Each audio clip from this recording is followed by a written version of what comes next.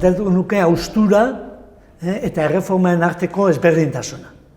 Batetik, lehena izango litzake eskubide demokratikoak versus demokrazia vigilatua.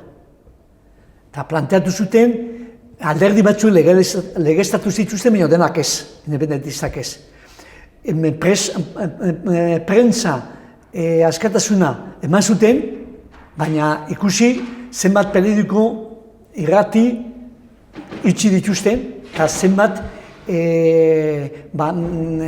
periodista egon diren kartzelan, hasi Binaderretik eta Salutregi arte.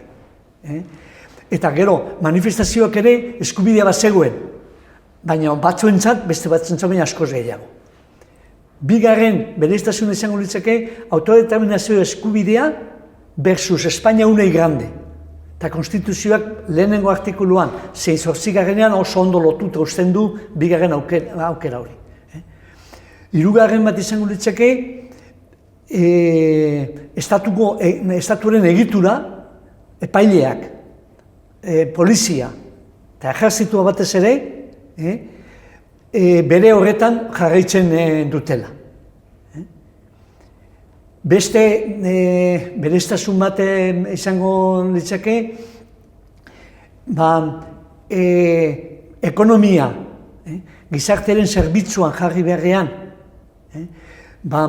propietate pribatua lehenesten dute, eta langileria neutralizatzen dute Moncloako paktuaren bidez. Eta beste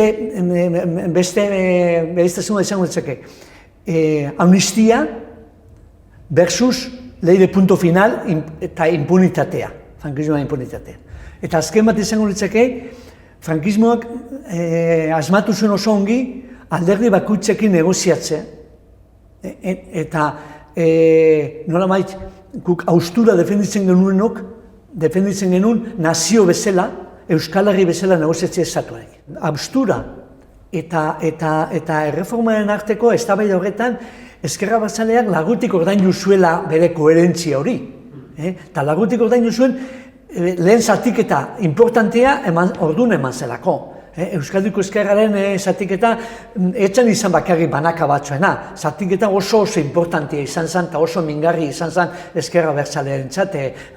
Baina zatiketan oinarri politiko oso importante bat zeukan. Batzuk prisaren prisez uste zuten lehenik eta bat onartu behar zutela transizio, erreforma, sasi transizio hori. Eta beraien teoria zen sistemak evoluzionatuko zuela demokrazia zabalago bat eruntz. Eta gure teoria zen fasismo estruktura fasista batzuk, estatu estruktura diktatorial batzuk, ez zuetela evoluzionatuko demokrazia bat eruntz, baizik eta demokrazi faltsu bat eruntz edo sasi demokrazia bat eruntz.